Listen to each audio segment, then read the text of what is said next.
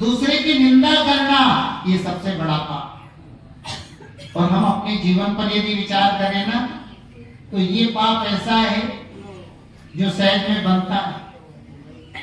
चार आदमी इकट्ठे होंगे, वहां सत्संग की बात नहीं होगी, कोई सामाजिक बात नहीं होगी, फलाना ऐसा है तो ठिकाना ऐसा है।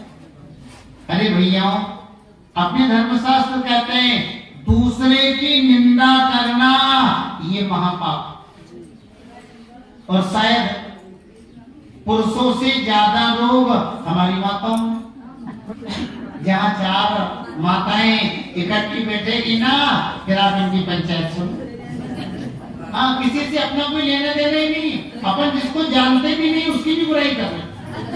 लगी सासू बहू की बुराई करने, आना बहू सासू की बुराई करने, देवरानी जेठानी की बुराई करने, जेठानी देवरानी की बुराई करने। मैयाओं, आप सत्संग में बैठती हो तो ये बात हमेशा अपने पल्लू की गांठ में बांध करके रखो, निंदा महापाप है और इस निंदा रूपी महापाप से बचो, ये सबसे बड़ा पाप। और सुनो, और पाप तो कारण से होंगे भाई, और पाप का तो कुछ न कुछ कारण होगा, लेकिन ये पाप जो होता है ना, बिना कारण के होता है। बिना कारण के, कोई लेना नहीं देना नहीं, हम उसे जानते नहीं लेकिन लगे उसकी बुराई कर। और देखो मकान बढ़िया बनने लगे, और जब बढ़िया मकान है तो हमारी माताओं को भी झाड़ू पोछा करने का शौक होता ही। सुबह सुबह का समय है, पानी की बाल्टी, हाथ में झाड़ू और पोछा लेकर के अपन जाएं दूसरे के घर में। बढ़िया पहले तो जाले तोड़ाएं, फिर झाड़ू लगाएं और फिर रगड़ रगड़ करके पोछा लगाएं। बताओ बुद्धिमानी है क्या? दूसरे के घर को झाड़े पोछे पोता मारे, ये सब बुद्धिमानी है क्या? अरे दूसरे के घर वाली बात है तो दूसरा जानेगा। नारायण तू बैठ के अपनो भवन भुआर, हमें तो अपने घर को झाड़ पोंछ करके साफ सुथरा रखना। लेकिन हमारे घर में कितना कचरा है हमको दिखता ही नहीं। हमारे घर में कितना कचरा है हमें दिखता ही नहीं है। पड़ोसी के दरवाजे पर कचरा पड़ा है ना, हमें वो दिख रहा है। इसलिए देखो जी, निंदा से हाँ, एक संत बहुत अच्छी बात कहा करते थे, वैसे तो अटपटी है लेकिन हमने कई बार आपको सुनाई और आगे तो कह दे। बुराई भी क्या है, भगवान ने औरों को तो ठीक ठाक बनाया लेकिन दो को बहुत अच्छा बनाया। और सब ठीक ठाक लेकिन दो भगवान ने स्पेशल बनाए। कौन कौन से? निंदका सूकराश्चैव सफला निर्मिता है। एक तो निंदक को और एक सूकर को, दो को भगवान ने बहुत ही अच्छा बनाया है। बोले क्यों? दोनों का एक ही काम है, सफाई। निंदका सूकराश्चैव सफला निर्मिता हरे। निंदकः साधु शुद्ध्यन्ति ग्रामं शुद्ध्यन्ति सूकरः।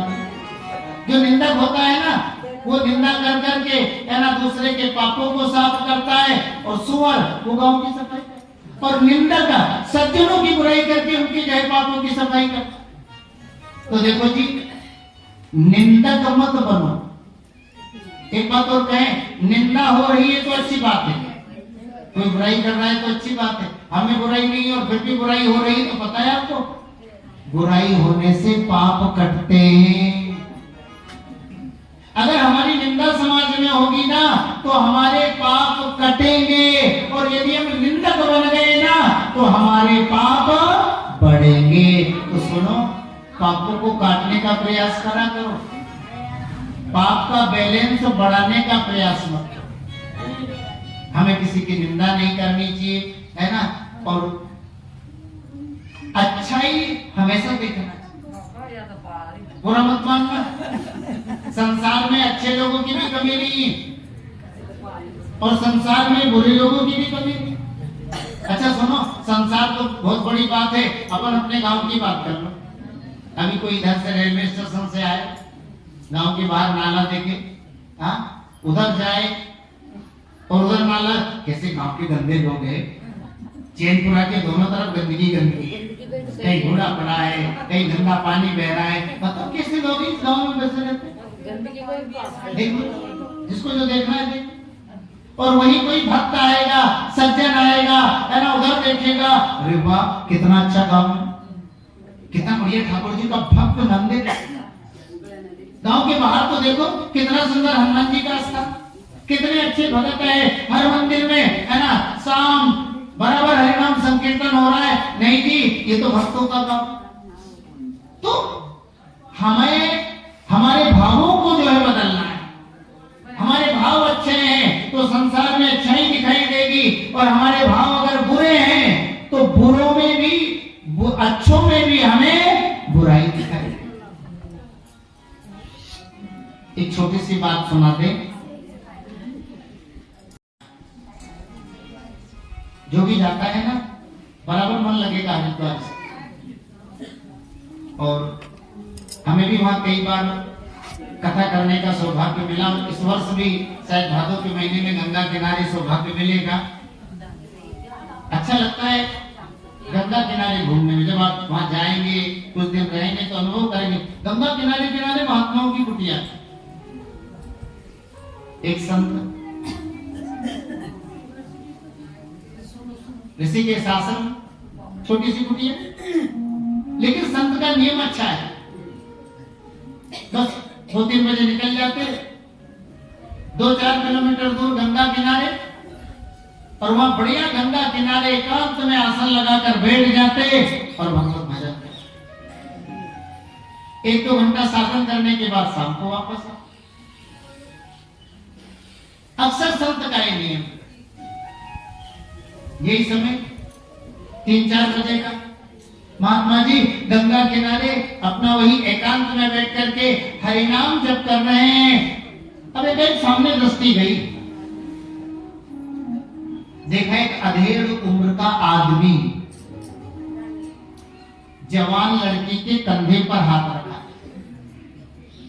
अधेड़ आदमी जवान लड़की के कंधे पर हाथ रखा है और बातें करते हुए आ रहे।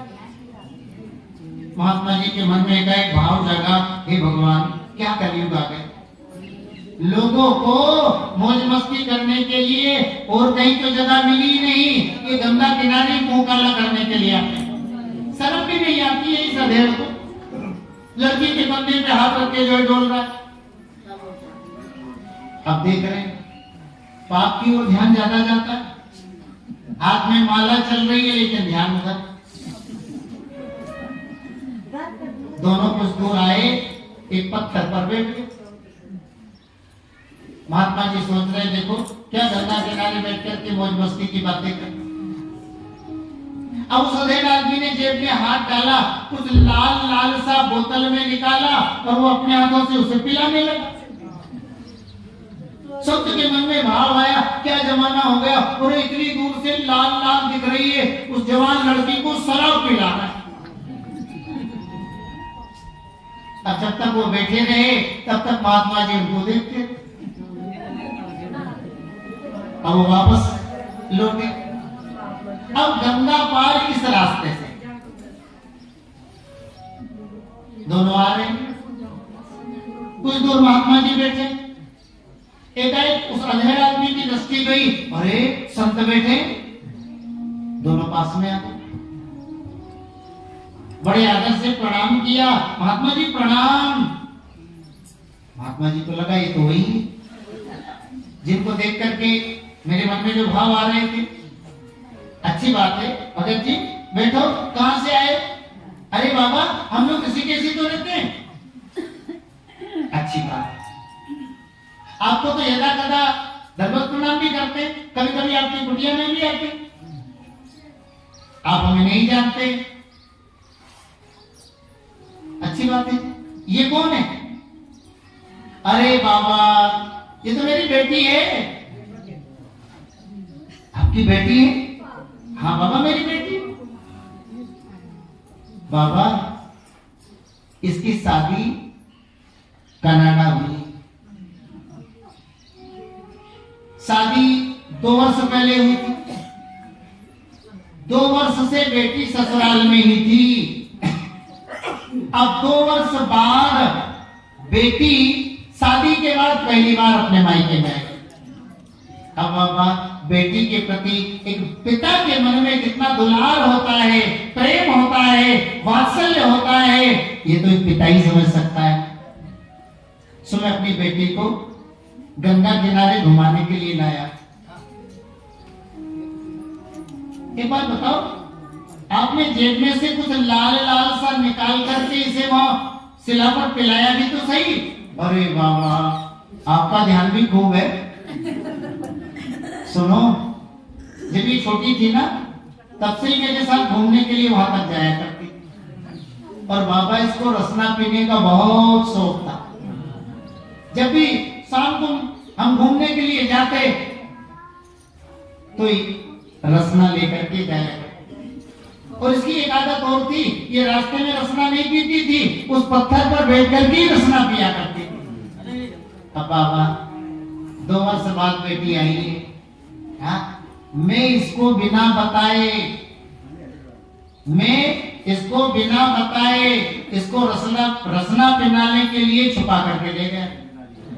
अब बाबा वही बचपन का भाव जाग गया, और मैंने अपनी बेटी को अपने हाथों से जो है रसना। महात्मा की आंखों में आंसू आ गया। धन्य हो नारायण, कितना सुंदर तेरा संसार, कितना सुंदर इनका भाव है एक पिता का अपनी बेटी के प्रति। नारायण तू अच्छा है, तेरा संसार अच्छा है, तेरी सृष्टि अच्छी है। अरे बुरी तो मेरी दृष्टि है, जो पिता और पुत्री के भी ऐसे पवित्र संबंध, ऐसे पवित्र भाव में मुझे बुराई दिखाई दी। तो देखो जी, संसार बुरा नहीं है, क्योंकि संसार को भगवान ने बनाया है। भगवान अच्छे हैं तो भगवान की सृष्टि भी अच्छी है। सुनो, दृष्टि तो हमारी बुरी है, दृष्टि तो हमारी बुरी है, जो परमात्मा की अच्छी दृष्टि में भी हमें बुराई दिखाई। तो देखो जी, निंदा महापाप है, और निंदा रूपी महापाप से हमें जो है बचना चाहिए।